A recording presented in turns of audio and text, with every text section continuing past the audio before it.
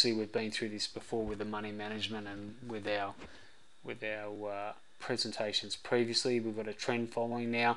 For the GMT V2, that is the trend trader. So some of you, I know Chris, Dave, Jim, Nick, there's a few here who have seen that already.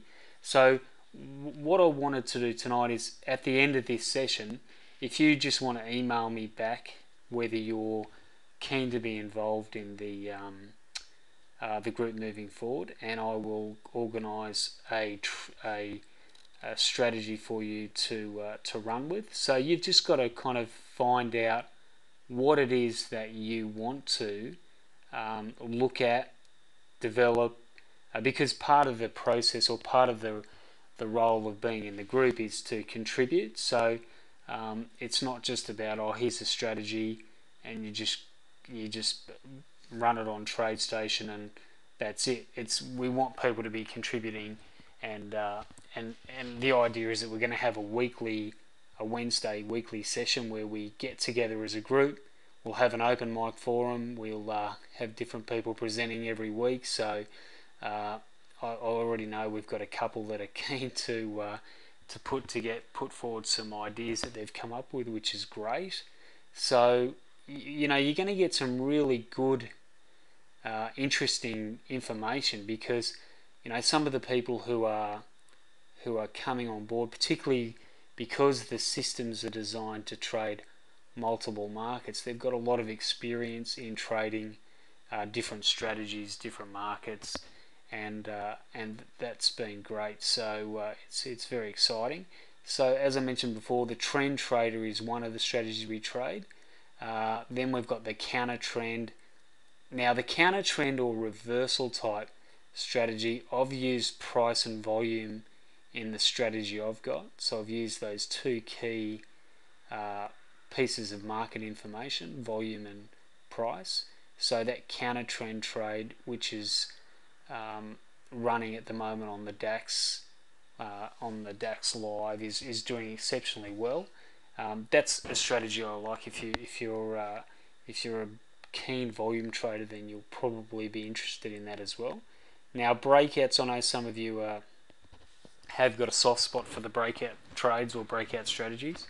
So we've got that set up, and that's one of our strategies. We've got trendless or sideways type strategy. So that's obviously looking at more non-directional, and that is really the cyclical or the cycle trader. So I'll just probably move that and put that back up here. So we mentioned previously that, or yesterday, my apologies there, yesterday, that in the training session, that when we do get sideways and choppy price action or sideways action, the cycle trader, which prints support and resistance, does a really good job of trading those levels, because particularly on a higher time frame, does a very good job of picking up support, resistance, and holding those levels. So where we see price just hold those points. Now the gyrating or oscillating strategy, and then you've got a volatility based strategy. So those two there would be, particularly the volatility one, would be more inclined to potentially be perhaps an options type futures strategy.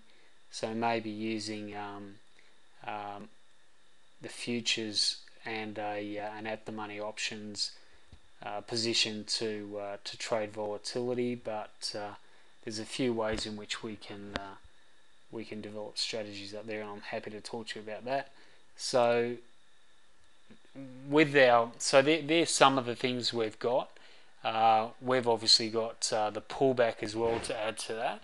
So we have a general pullback and a momentum, a deep pullback. So that's really kind of getting into the realm of the trend following, because once you're in a trend, if we haven't actually jumped in or got into the trend initially, then we're able to jump on the trend with the pullback strategy. So that works very well. And for those of you who like to trade or take trades that have got low risk and have got a exceptionally good reward to risk, then the pullbacks are definitely something that you may want to consider. So system design, obviously we're looking for expectancy. We need to make sure that we're positive. We have a positive expectancy on our strategy, and that we need to make sure that that is maintained through the process. So some of the things we're going to look at with our system is obviously our entry, our stops, exits, and any adjustments that we'll make during the process of our strategy. If you are designing or looking to put together a strategy, or looking at a strategy that's already been developed, the entry point is probably the least amount of time you want to spend on the strategy, and most people go to that. If you look at the system, you look at any trading system, and most people who start trading, the first thing they gravitate to is the entry, and from the entry comes 350 indicators. So if you have a look at TradeStation, there's over 300 indicators on that platform, and there's plugins, and it's just ridiculous the amount of information that you can put into that machine and spit out an entry, and 95% of that information is derived from price. So it doesn't really help us to get different pieces of information if all the information is being derived from price. So that's why we want to be careful about what we use as an entry filter. So the entry, the stops will be critical, because that is going to determine what our initial risk is on the trade. We've done a fair bit of work on that. So again, if you're looking at a strategy or you're going to set your own up, then you want to put a fair bit of time into your stop, because what you're wanting to find there is what is the optimal stop for your strategy. What can you get away with as far as capturing the most profit, and how much risk are you prepared to take on your initial trade. What are you comfortable as far as an initial risk with, and the exits are critical too, because we're going to our expectancy is going to be determined by how much profit we take on our trade. So if we're cutting our trades short, so we've got to make sure that if we're trading a strategy where we do require the market to be moving with momentum, and we're looking for larger trends to set up and develop, then we're not going to be wanting to get out too early. So the things like the exits and adjustments or positioning into a trade obviously become fairly critical to our success. The risk management, again, making sure that a lot of that information is covered in the money management program, but you can put a fair bit of attention and detail into risk management, and making sure that that when you're in the trade, you're not taking too much position risk or portfolio risk. So there's some of the things that we need to consider when we're looking at our strategy. So for those of you who basically haven't done the risk management module, I would definitely jump in and have a look at that before you start looking at the different things that we want to look at in relation to risk and designing the strategy. So we'll go through here. Feasible parameters. So what I mean by that is just making sure that if you're going to add filters into your strategy, so you go through and you pick out a couple of things that require you to get into the market.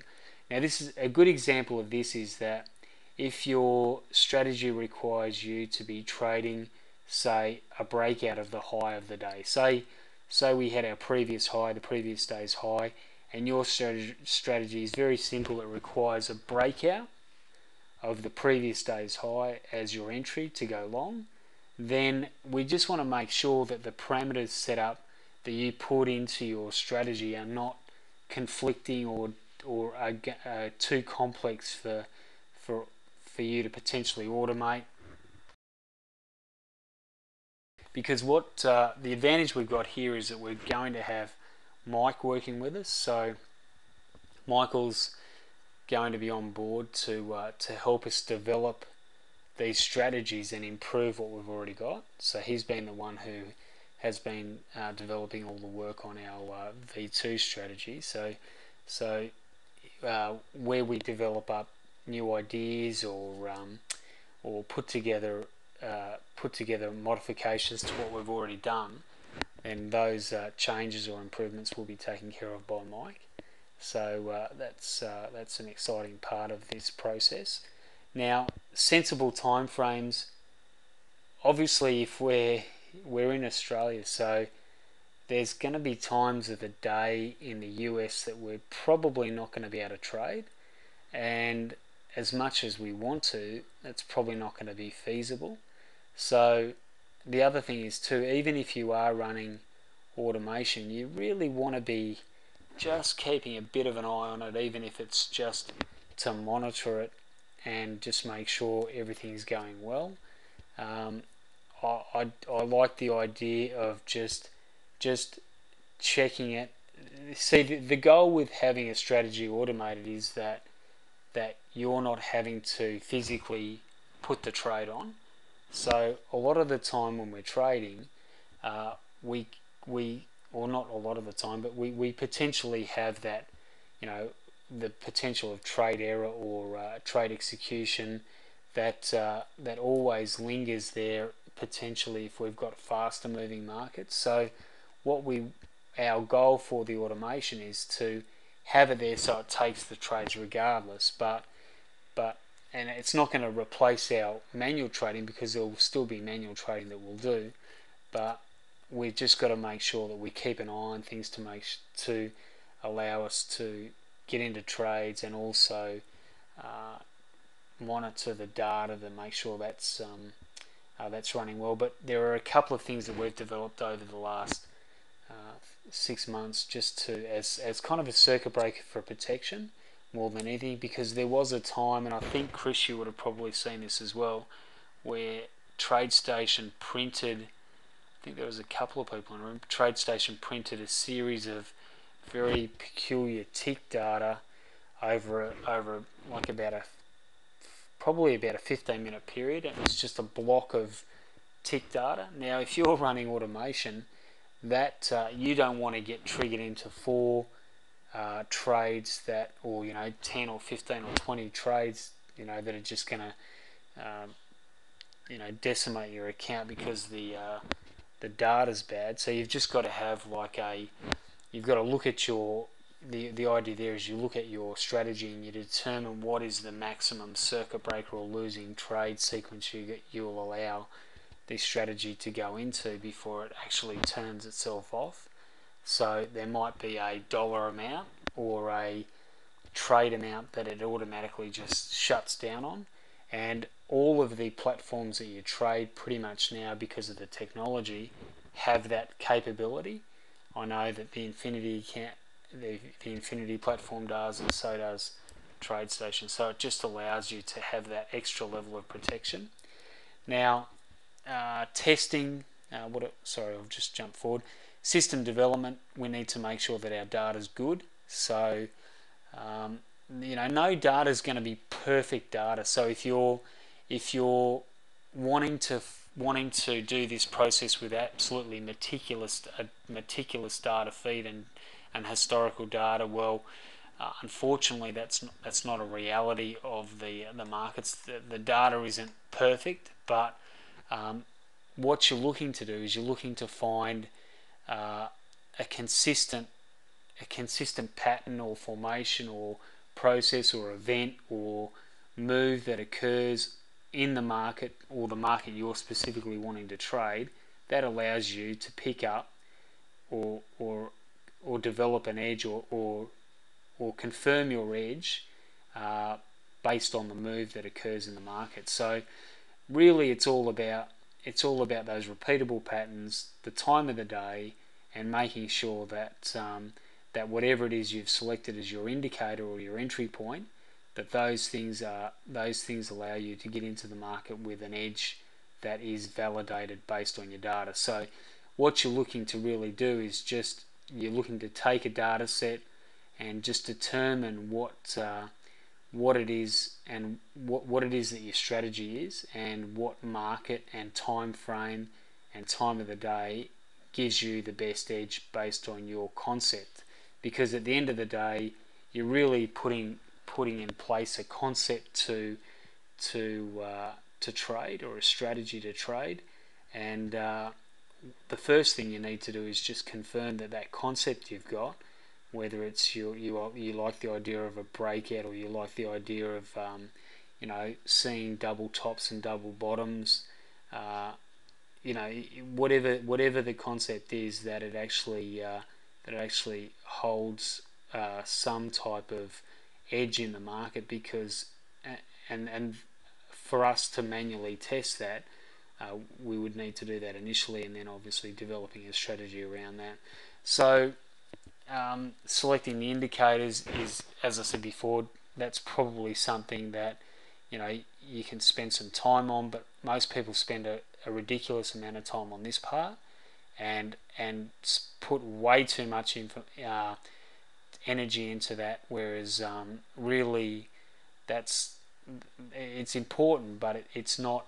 The indicators are important, but like I said with the entry, it's really managing the trade.